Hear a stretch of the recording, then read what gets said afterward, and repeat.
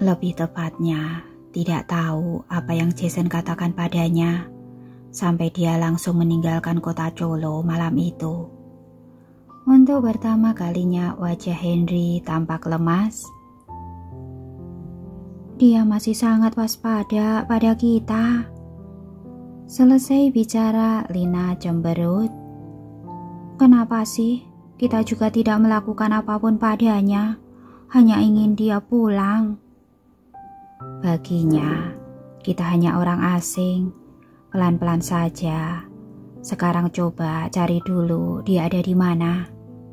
Henry berkata dengan tidak berdaya. Setelah kembali ke kota benteng, tidak ada data lagi.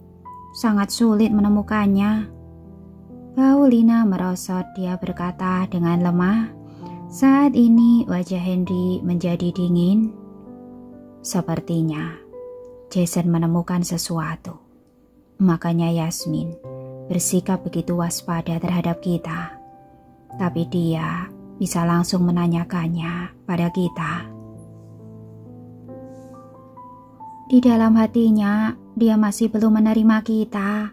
Mana mungkin dia akan bertanya, kata Lina. Setelah berhubungan dengan Yasmin beberapa saat, Lina sedikit mengenal Yasmin. Yasmin adalah orang yang memendam semuanya sendirian, tidak akan memberitahu siapapun, makanya selalu memberikan kesan asing dan dingin. Kepribadiannya sangat mirip dengan Henry. Waktu berlalu dengan lambat, Yasmin tetap tinggal di BNB hingga bulan Mei. Belakangan ini dia terputus dari segala informasi dari dunia luar. Bahkan Jason juga jarang menghubunginya. Nenek Lukmantara juga telah keluar dari rumah sakit dan menjalani masa pemulihan di rumah. Di pagi hari dia turun dari lantai atas dan berencana jalan-jalan di jalan pedesaan. Begitu keluar dia melihat sebuah mobil diparkir di halaman BNB. Di samping mobil itu ada seorang pria yang sedang berdiri memainkan kunci mobil. Yasmin tertegun, pria itu mengangkat matanya dan menatapnya. Selamat pagi, Nona Yasmin. Apa kamu juga datang ke sini untuk berlibur? Jason tersenyum pada Yasmin dan berkata dengan suara yang santai dan ceria. Ekspresi Yasmin menjadi dingin. Kamu menyelidikiku? Tidak, aku sedang melakukan investasi di sini. Jadi aku datang untuk memeriksanya, kata Jason. Sebenarnya dia memang menyelidiki Yasmin, tapi kebetulan menyadari pada bulan Februari tahun ini dia berinvestasi di industri pariwisata ini. Jadi lebih baik datang secara terang-terangan. Kamu pikir aku akan mempercayainya? Yasmin berkata dengan wajah dingin. Caleb yang sedang membantu memindahkan koper segera menjawab. Benar, proyek ini sudah diinvestasikan semenjak bulan Februari. Tapi karena bulan lalu ada beberapa keluarga yang menolak pembongkaran, memukuli orang. Tidak ada karyawan yang bersedia datang. Jadi Pak Jason terpaksa datang secara langsung untuk memeriksa situasinya. Semakin sempurna alasannya, menunjukkan alasan ini sudah dipersiapkan dengan baik sebelumnya. Yasmin mencibir sebagai jawaban terhadap Caleb. Caleb berdiri di depan bagasi mobil seperti anjing besar yang sedih. Menatapnya dengan tidak berdaya. Melihat Caleb seperti ini, Yasmin langsung kehilangan amarahnya. Sudahlah. Selesai bicara, Yasmin berencana untuk mengabaikan mereka.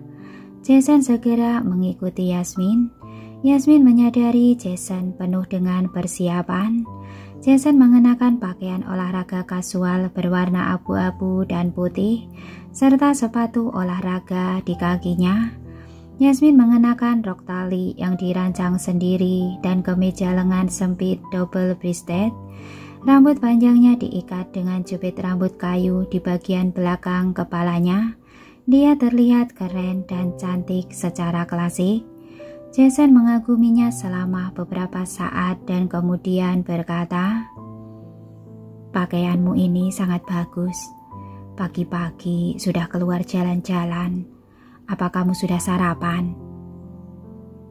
"Jika aku tahu kamu berinvestasi di sini, aku tidak akan memilih tempat ini," jawab Yasmin dengan dingin. Jason tidak marah, dia berjalan di samping Yasmin dan berkata, "Pemandangan di sini bagus, udaranya juga bagus. Tidak ada ruginya kamu datang ke sini." Yasmin tidak menjawab, dia tetap berjalan perlahan di sepanjang jalan setapak pedesaan. Di jalan mereka bertemu dengan seorang wanita tua. Mata wanita tua itu berbinar saat melihat Jason. "Kamu suami Yasmin ya? Tampan sekali." Yasmin sedikit tidak berdaya, gosip tidak mengenal usia. "Bukan, hanya kenalan." Dia takut Jason akan mengatakan omong kosong, jadi dia segera menjawab, "Kalau begitu harus mengenal lebih dalam, tidak boleh membiarkan orang lain mendapatkan pria setampan ini." Canda wanita tua itu sambil tersenyum hangat. "Sebelumnya kami pernah bersama tapi putus." Jason tiba-tiba mengatakan sesuatu yang mengejutkan. Yasmin memelototinya. "Kamu tidak bicara, juga tidak akan dianggap bisu." Jason berkata kepada wanita tua dengan wajah polos. Baginya, tidak peduli setampan apapun, tidak ada gunanya. "Nenek, apa kamu bisa mengajariku cara mengejar Yasmin?" Yasmin ingin menginjaknya. Kenapa sebelumnya tidak menyadari kalau Jason begitu cerewet? Seperti orang bilang, wanita tidak terlalu suka pria yang terlalu mengejarnya. Kamu begitu tampan, pasti kamu bisa mengejarnya. Selesai bicara, wanita tua itu pergi membawa keranjang sayur. Setelah dia tidak terlihat, Yasmin memutar matanya dan menatap Jason. "Bisakah kamu berhenti bicara omong kosong?" "Aku tidak bicara omong kosong, aku serius," jawab Jason dengan serius. Yasmin mencibir, tidak menjawab. "Kamu cukup akrab dengan mereka. Apa merasa mereka mudah didekati?" Jason berhenti menggoda Yasmin dan bertanya dengan serius. "Apa?"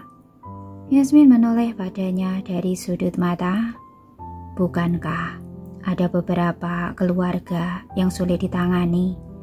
Jadi aku bertanya padamu untuk mencari informasi lebih lanjut." Wajah Jason serius.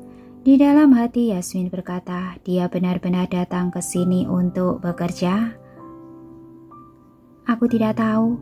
Biasanya aku hanya jalan-jalan pagi. Terkadang membantu orang tua memindahkan barang. Aku tidak tahu bagaimana orang-orang di sini," jawab Yasmin. Ketika mendengar ini, Jason menghela nafas dengan sedikit sedih. "Proyek ini sudah lama tertunda.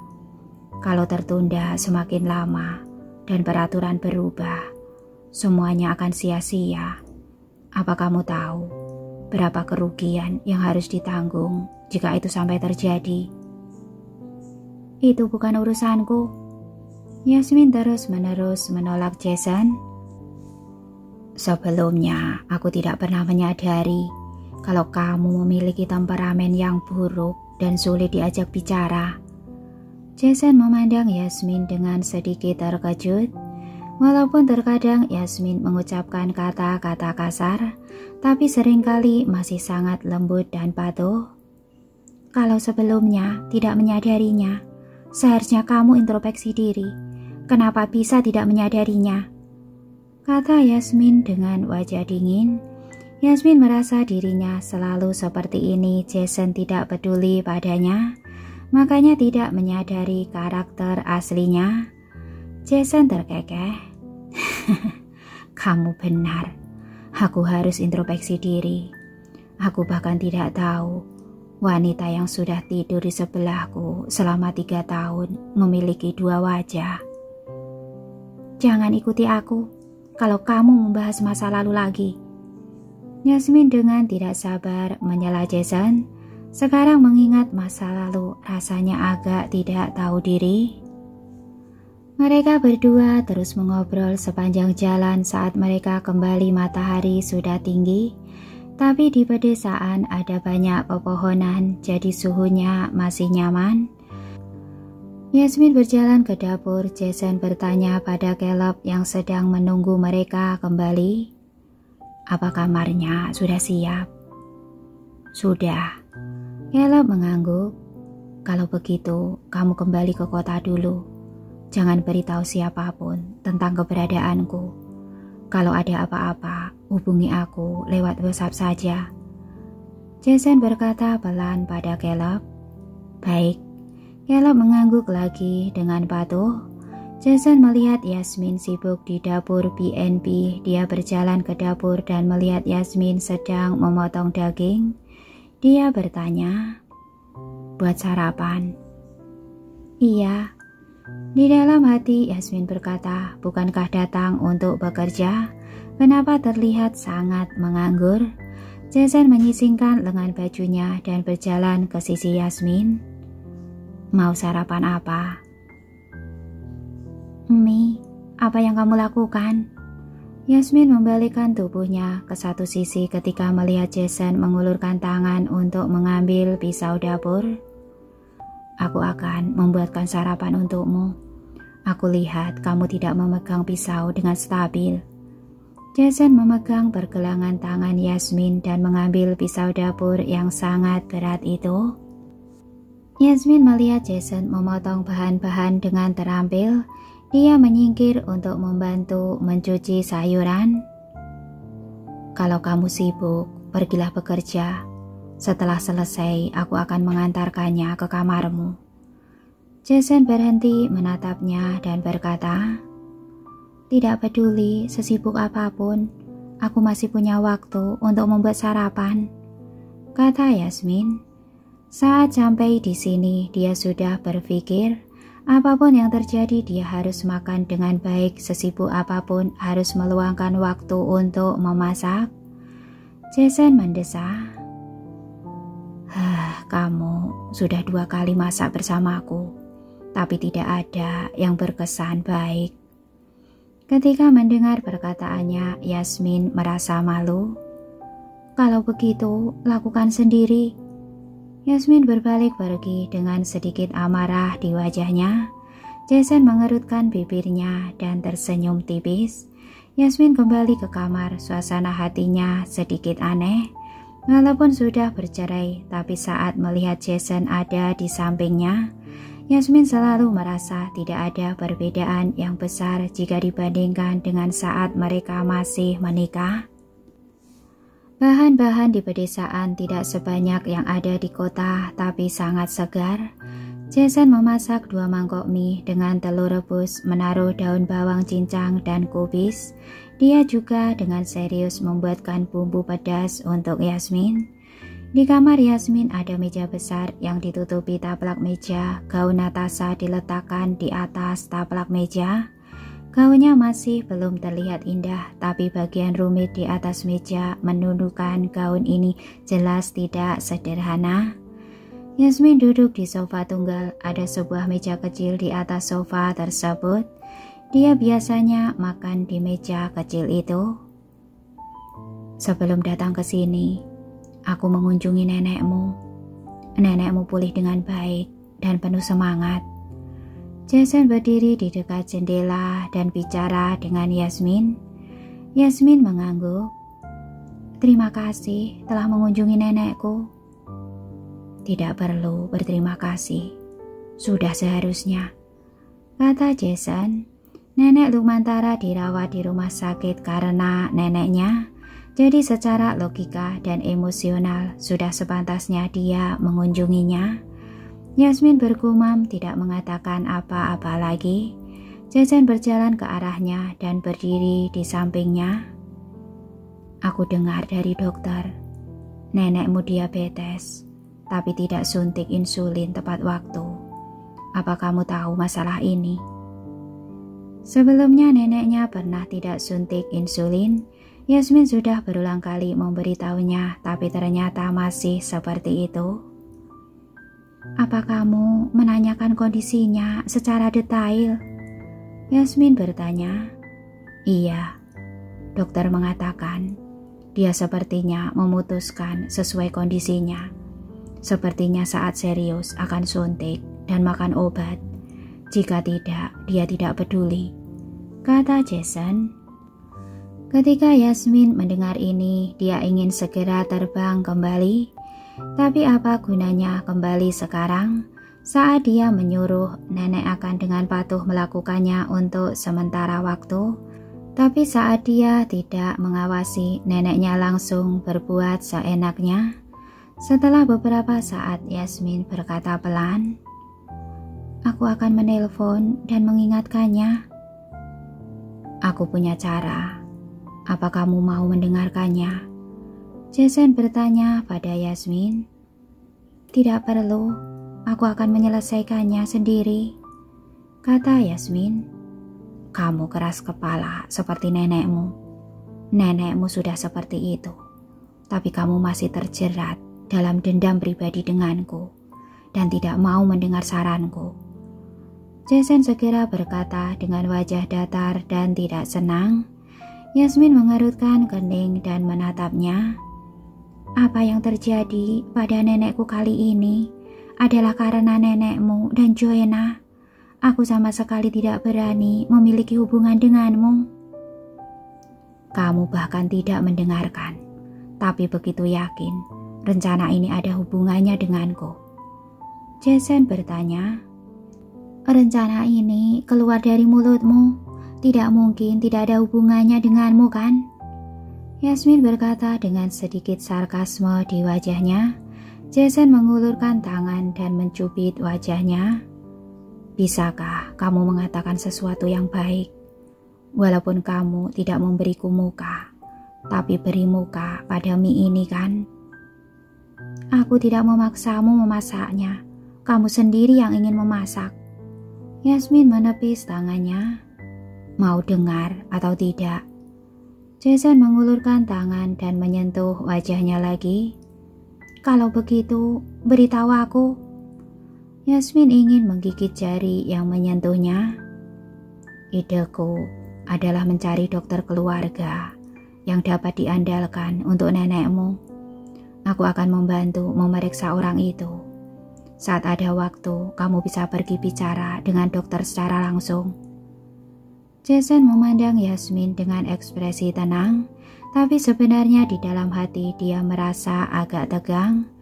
Yasmin mengambil 2 suap mie. Dia berpikir sejenak lalu berkata, "Boleh.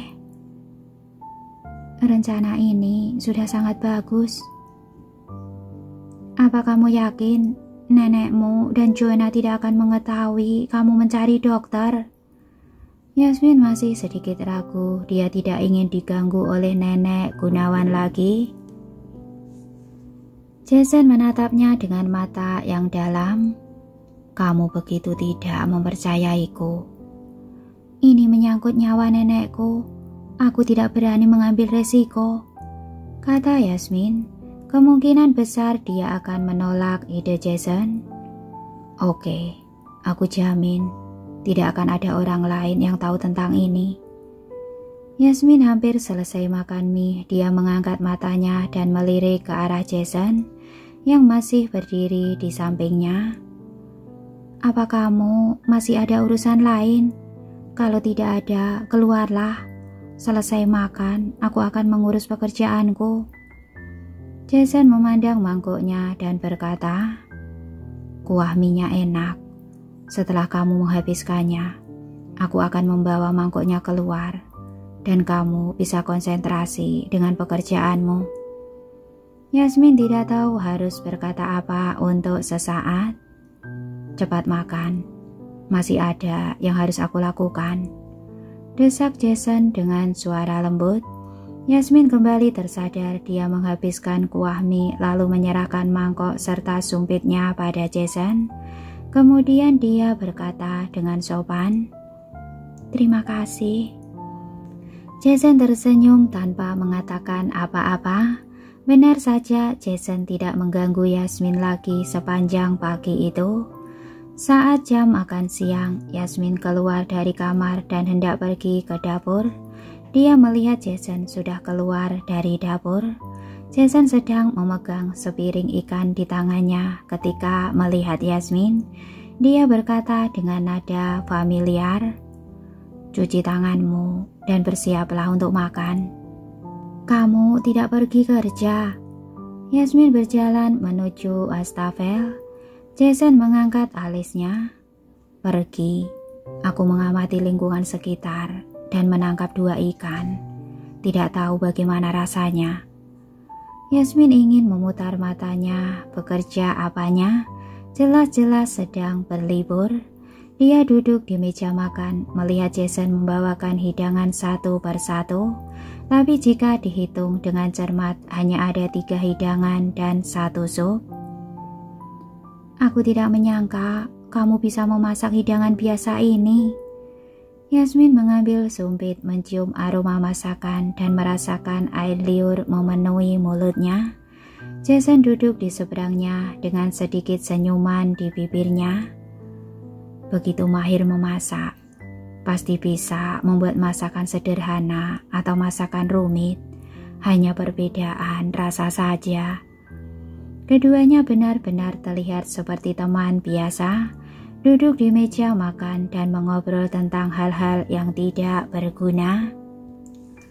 Oke, untuk hari ini sekian dulu. Terima kasih buat kakak semuanya yang sudah mengikuti cerita yang saya bacakan.